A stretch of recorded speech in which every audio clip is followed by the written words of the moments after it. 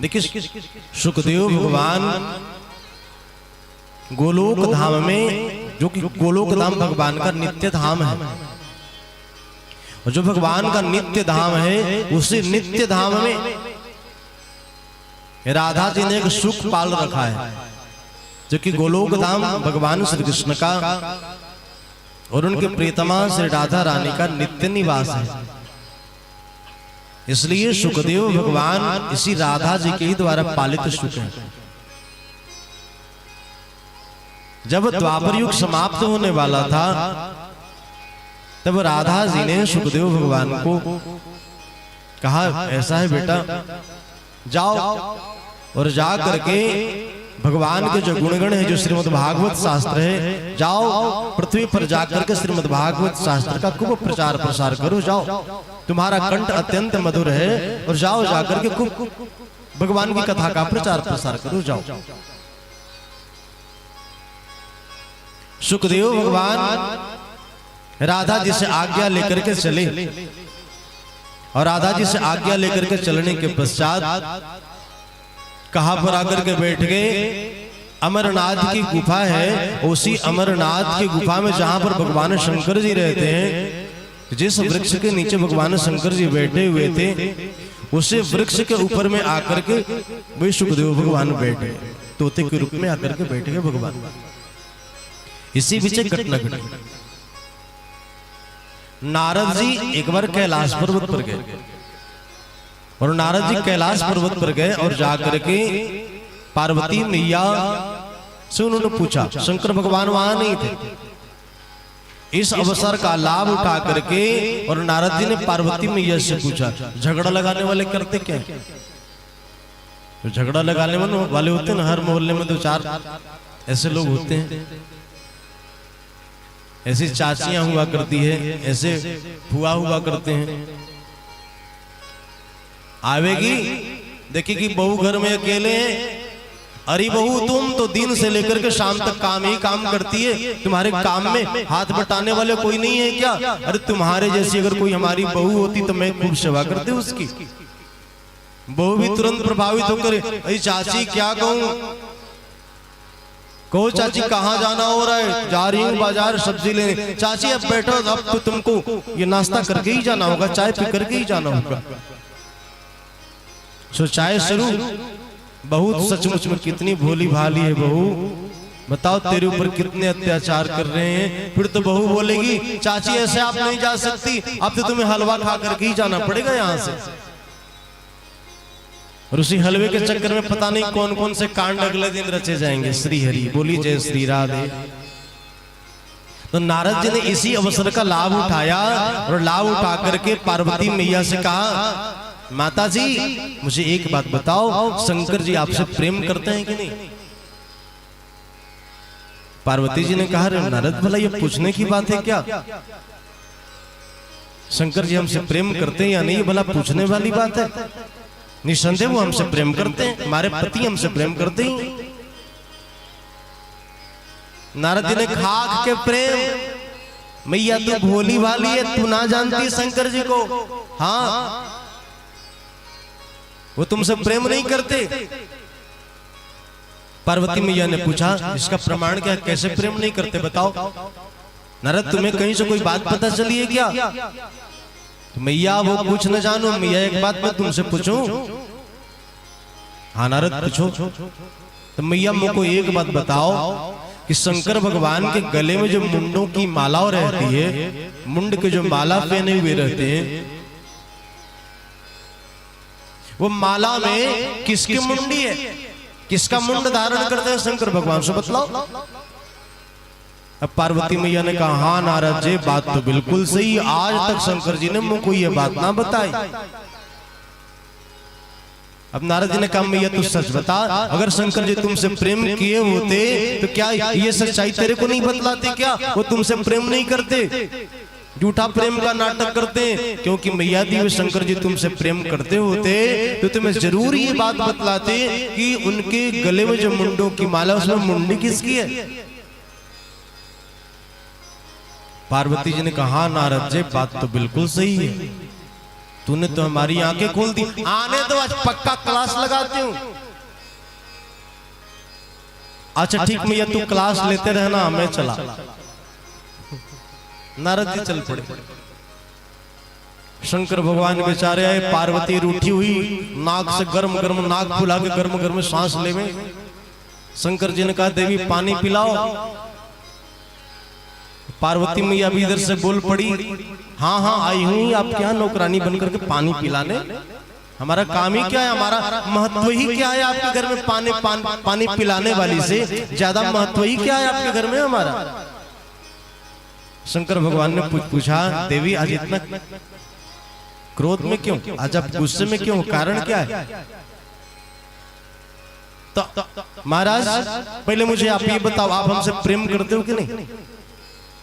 शंकर जी ने कहा देवी भले ये पूछने वाली बात है, और तो तूने कभी नहीं पूछा कि मैं तुमसे प्रेम करता हूं कि नहीं करता हूं। आज देवी तुम भांग पिए जैसी कह रही हो कि मैं तुमसे प्रेम करता हूं कि नहीं करता हूं। देवी बता तुमसे प्रेम न करूं तो और किससे प्रेम करूं बता।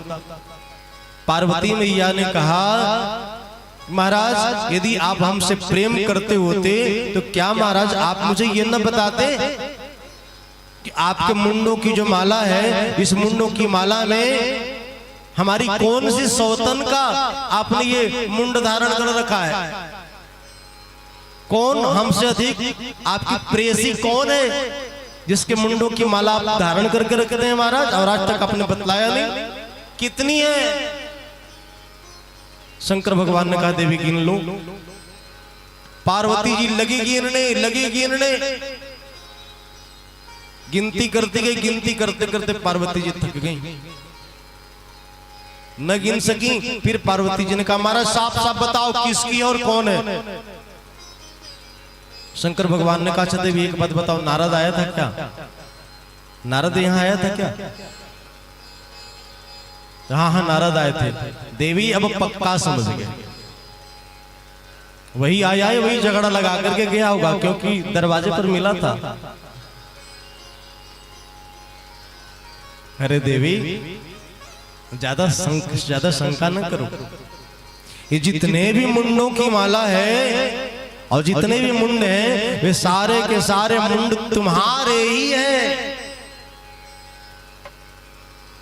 पार्वती जी ने कहा महाराज ये तो महत आश्चर्य की बात, आप कह रही हो सारे मुंड हमारे ही हैं, ये कैसे? तो देवी तुम्हारे एक नहीं कई जन्म हुए हैं, और तुम्हारे जितने भी जन्म हुए हैं और तुम्हारी जब मृत्यु हो जाती है, तुम्हारा शरीर छूटने के बाद तुम्हारी जब मुंडी है ना, उस मुंडी को मैं अपने माले में धारण कर लिया करता हूं। सारी के सारे मुंडियां तुम्हारी ही। अरे महाराज हमारे कितने जन्म हुए हैं? तो देवी तुम स्वयं ही गिन लो, जितनी मुंडी तुम्हारे उतने जन्म। अब पार्वती जी ने कहा महाराज ये तो और शंका वाली बात है, जब मैं इतने बार मर चुकी हूं तो आप क्यों नहीं मरते हो? जब मैं इतनी बार जब मर चुकी तो फिर तो आप क्यों नहीं मरते महाराज बतलाओ। जब शंकर भगवान ने कहा देवी हमने अमर कथा सुन रखी है।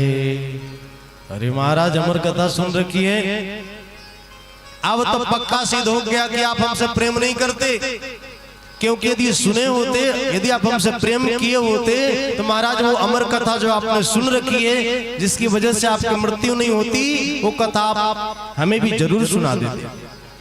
महाराज आज तक ये अमर कथा आपने मुझे नहीं सुनाई और मुझे कई बार मरने दिया, इससे सिद्ध होता है कि यू डोंट लव मी, आप हमसे प्रेम नहीं करते।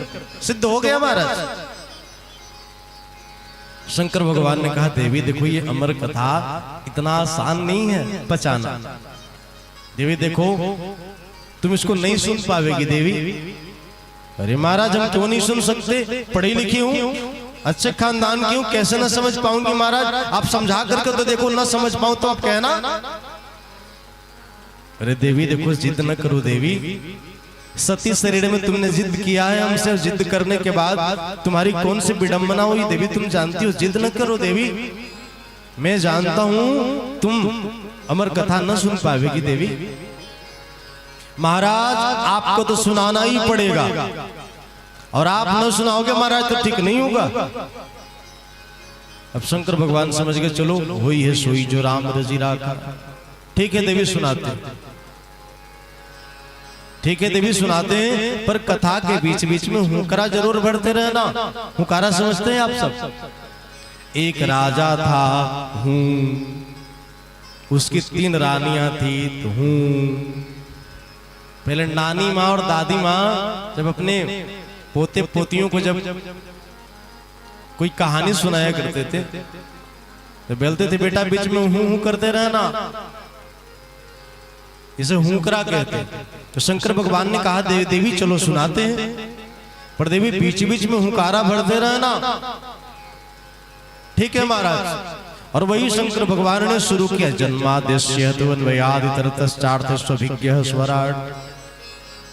पार्वती जी भी हूं करती गई और कथा सुनाते सुनाते जैसे ही 12 स्कंद में प्रवेश किया तो वही भागवत जी में अत्यंत गूढ़ ज्ञान की चर्चा है। और जैसे ही व्यासपीठ पर बैठा हुआ वक्ता जब उन गूढ़ ज्ञान की जब चर्चा करने लगता है वैसे ही लोगों को निंदा आने लगती है। जैसे ही गूढ़ ज्ञान की चर्चा हुई वैसे ही निंदा आना शुरू। जैसे ही प्रत्येक स्कंद, प्रथम स्कंद, द्वितीय, तृतीय, चतुर्थ, पंचम सभी स्कंद सुनाया और सभी स्कंद में पार्वती जी ने हूं किया, सुनती गई। और जैसे ही 12 स्कंद में भगवान का उद्धव जी के साथ जो संवाद चल रहा था, इतना गूढ़ जब संवाद चल रहा था, इस संवाद के बीच में ही पार्वती जी को निंदा आ गई। पार्वती जी पूरी अमर कथा न सुन पाई और जैसे ही कथा समाप्त हुई तो कथा समाप्त होते ही इन्होंने कहा बोलो श्री कृष्ण भगवान की जय। जैसे ही शंकर भगवान ने कहा बोलो श्रीमद् भागवत महापुराण की, पर कहीं से किसी ने जयकार नहीं किया। अब शंकर जी का माथा ठनका, अरे राम देवी जयकारा नहीं बोल रही हैं। शंकर जी ने कहा देवी बोलो जय जय। शंकर जी ने कहा देखा कि देवी तो जय जय नहीं, देवी खर खर कर रही हैं। अरे राम देवी जी जब खर खर कर रही तो हूं कौन कर रहा था? शंकर भगवान ने गर्दन उठाई और गर्दन उठाकर शंकर भगवान ने देखा एक शुक का बच्चा, एक तोते का बच्चा वही बैठ करके हूं कर रहा था। अब शंकर जी ने देखा तो जैसे ही देखा उठाया त्रिशूल, त्रिशूल उठा करके पीछे दौड़ पड़े। अरे शुक तूने चुपचाप कथा सुनी है ना, रुक आज तुझे मैं बतला देता हूं। आगे आगे वही सुखदेव भगवान, पीछे त्रिशूल लेकर शंकर भगवान चलते गए। व्यास जी की जो पत्नी थी विटिका, उन्होंने उबासी ली और उसी उबासी से श्री सुखदेव भगवान उनके अंतःकरण के माध्यम से गर्भ में प्रवेश कर गए। बोलिए सुखदेव भगवान की जय हो। शंकर भगवान त्रिशूल लिए पहुंचे, जान लिया उन्होंने कि व्यास जी की पत्नी के गर्भ में वह सुख आकर के छुप चुका है। शंकर जी ने कहा है व्यास जी एक तोता सुख स्वरूप धारण करके आकर के आपकी पत्नी के गर्भ में छुपा, उसे निकालो, आज मैं उसे छोड़ूंगा नहीं। अब व्यास जी भी बड़े चक्कर में कहां से सर्जरी करने जाए भाई। अभी उन्होंने कहा बाबा आप ठहरे भोले वाले, जब तोते ने अमर कथा सुन ही ली है तो वो मरेगा कैसे? आपका त्रिशूल, एक त्रिशूल तो का सैकड़ों त्रिशूल के त्रिशूल से मारने के बाद भी वो मरने वाला नहीं। इसलिए बाबा कंट्रोल योरसेल्फ, नियंत्रण करिए बाबा, कुछ होने वाला नहीं। शंकर भगवान ने सुखदेव भगवान को शाप दे दिया, तूने हमसे अमर कथा सुनी है ना, जाओ मैं शाप देता हूं कि जो अमर कथा हमने तुम्हें सुनाई है उस कथा का तुम्हें स्मरण नहीं रहेगा और आज के बाद कोई भी यह अमर कथा सुन लेने के बाद अमर नहीं होगा। भगवान शंकर जी ने प्रतिबंधित कर दिया श्रीमद् भागवत जी को। सुखदेव भगवान 12 वर्ष तक अपनी मां के गर्भ में ही रहे। भगवान स्वयं आए और स्वयं आए आकर के भगवान ने सुखदेव भगवान से कहा, सुखदेव माँ को पीड़ा हो रही है, बेटा तुम माँ के गर्भ से बाहर निकल जाओ। सुखदेव भगवान ने कहा, प्रभु आप तो जानते ही हैं कि जब जीव माँ के गर्भ में होता है तो उस व्यक्ति ने जितने भी कुकर्म किए हैं, जितने भी कार्य किए, वो सारे कार्यों का स्मरण व्यक्ति को अपने माँ के गर्भ में होता है। भगवान का स्मरण भी व्यक्ति को माँ के गर्भ में ही होता है। लेकिन जैसे ही वो माँ के गर्भ से बाहर आता है तो माँ के गर्भ से बाहर आते ही गर्भ में जो स्मृति रहती है वो स्मृति क्षीण हो जाती है।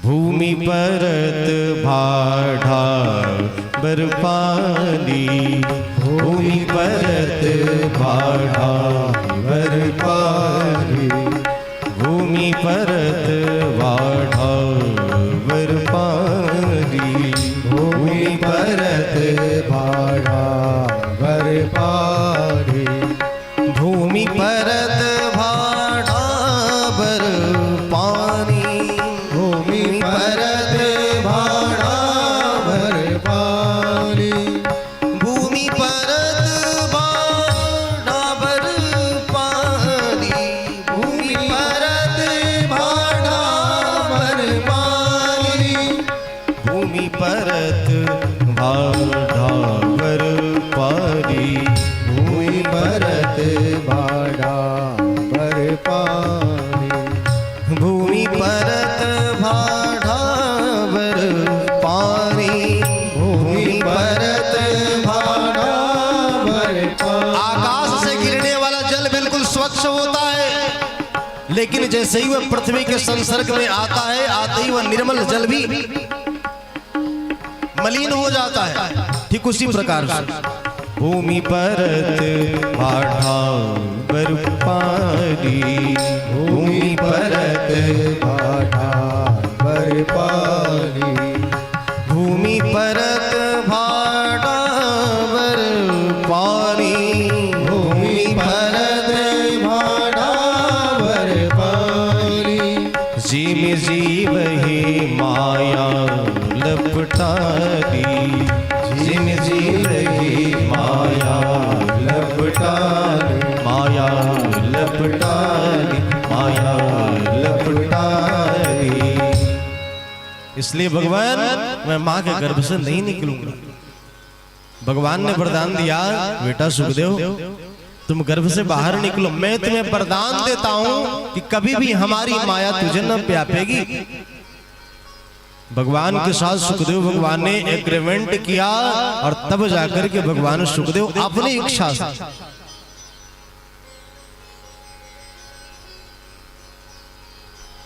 स्वयं अपनी इच्छा से मां के गर्भ से बाहर निकले सुखदेव भगवान। और निकल करके उन्होंने क्या किया, सूत जी कहते हैं, यम प्रव्रजन्तमनुपेतमपेत कृत्यम द्वैपायनो विरह कातरया जुहा, पुत्रेति तन्मयतया तरवो विनेदुस् तम सर्वभूत हृदयं मुनिवानतोष। सुखदेव भगवान जैसे ही उन्होंने मां के गर्भ से जन्म लिया और जन्म लेते ही अनुपेत अपेत कृत्यम, नहीं उनके कोई संस्कार हुए, यज्ञ पवित्र संस्कार आदि कोई संस्कार नहीं हुए, बस केवल मां के गर्भ से जन्म लिए और जन्म लेते ही यम प्रव्रजन्तम अनुपेतम अपेत कृत्यम, यम प्रव्रजन्तम मां के गर्भ से जन्म लिए और जन्म लेते ही जंगल की ओर निकल पड़े। कोई संस्कार भी नहीं हुआ था और जंगल की ओर निकल पड़े। और जब जाने लगे तो वेद व्यास जी विरह से कातर होकर के चिल्लाने लगे, बेटा बेटा चिल्लाने लगे। और जब वेद व्यास जी जब चिल्लाते विरह से कातर होकर के, तो विरह से कातर होकर चिल्लाते हुए वेद व्यास जी की आवाज जब जंगल में प्रतिध्वनि की तरह जब गूंजती तो गूंजती तो ऐसा लगता जैसे वेद व्यास जी के विरह से कातर होकर के आज वृक्ष भी बेटा बेटा कहकर के चिल्ला रहे। ऐसी विरहावस्था के बाद भी पिताजी चिल्लाते रहे, एक भी बार मुड़ करके उन्होंने अपने माता पिता की ओर नहीं देखा। ऐसे परिव्राजक है। यदि कोई बोले अहम व्रजामि, जिसका मतलब कि मैं जा रहा हूं, लौट करके आऊंगा, लेकिन यदि अहम प्रव्रजामि मतलब जाऊंगा लौट करके नहीं आऊंगा। ऐसे परिव्राजकाचार्य सुखदेव भगवान जी।